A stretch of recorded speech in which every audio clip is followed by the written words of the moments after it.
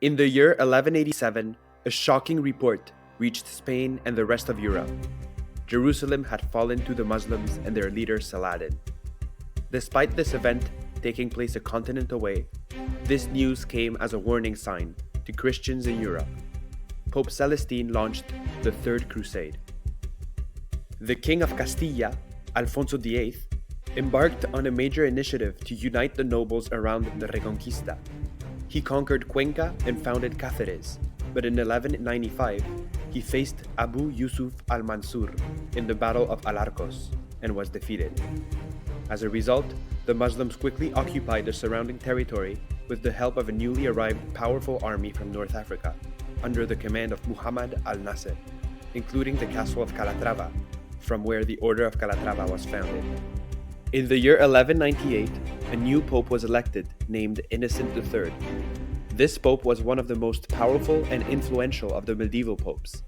In fact, he is one of two popes, the other being Gregory IX, to be depicted in marble relief portraits above the gallery doors of the U.S. House of Representatives, in honor of his influence on the development in American law. This pope firmly believed that Europe had to be saved from non-Catholic influences, and that meant that Spain had to be helped. Pope Innocent III issued an indulgence not just at Spaniards, but also to the French to fight the Moors in Spain. An indulgence removes the time a person would have to spend in purgatory for sins that have already been forgiven. Purgatory is where souls go after death to be purified from the effect of sin before they can enter heaven. On the 20th of May, the Crusaders met in Toledo.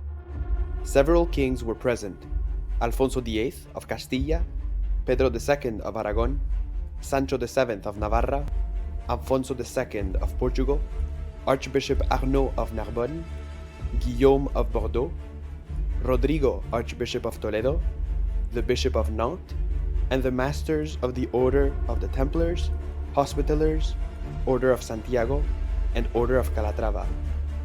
A month later, under the leadership of Alfonso VIII of Castilla, the Crusaders left Toledo and marched south, conquering everything in its way. The year prior, a massive army of 70,000 men had crossed from North Africa to Spain. Never before in the history of Spain had such armies been seen. This was truly going to be a clash of titans. In July of the year 1212, Caliph Muhammad al-Nasir was ready to meet a united Christian Crusader army of 40,000 men, led by Alfonso VIII of Castilla. The Muslim Caliph had entrenched his army in the Sierra Morena mountains and sent small contingents to take nearby castles. Alfonso, on numerous occasions, had tried to cross the mountains, but was blocked every time. At this moment, a mysterious shepherd approached Alfonso and led the crusading army by night over an undefended secret passage. The Christian army caught the encamped Moorish army by surprise. As a result, the Caliph did not have his entire army present.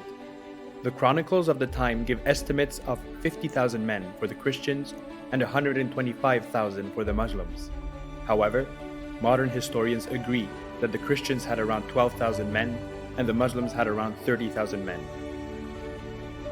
Having recovered from the initial surprise, the Moors now faced the Christians in a plain called Las Navas de Tolosa. The battle that would ensue would be one for the ages, where the destiny of Spain was at stake. Both sides knew that victory was crucial. The battle was fierce, and the outcome long in doubt. The Christians divided their forces in three. Alfonso remained in the middle, with the Archbishop of Toledo, Rodrigo de Rada, and the Order of Calatrava, the Order of Santiago, and the Templars. Sancho led his army on the right, and Pedro the one on the left. Meanwhile, the Caliph was in the middle, surrounded by bodyguards. In the center, the front line was occupied by North African infantry, while both flanks had only cavalry. The battle started with the Muslim cavalry attacking from both sides.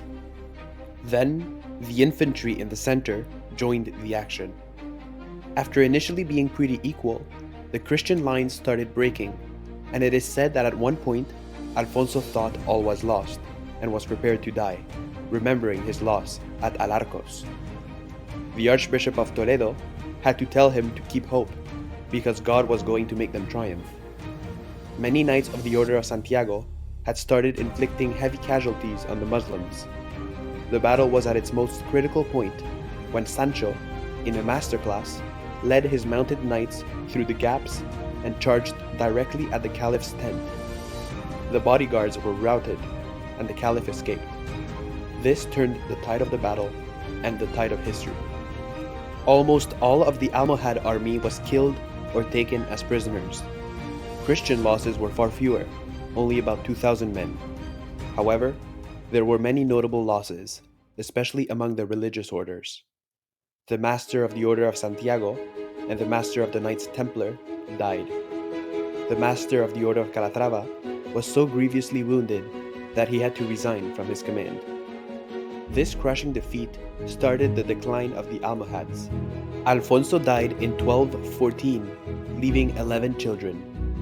One of them, Blanche or Blanca of Castilla, would go on to become Regent Queen of France and the mother of Saint Louis IX of France. Her oldest brother, the heir, Enrique I, succeeded to the throne, but he was only 10 years old and he died 3 years later, struck in the head by a stone. His sister Berenguela would be the mother of King Fernando the Saint, who would be later known as one of the greatest Spanish kings and generals.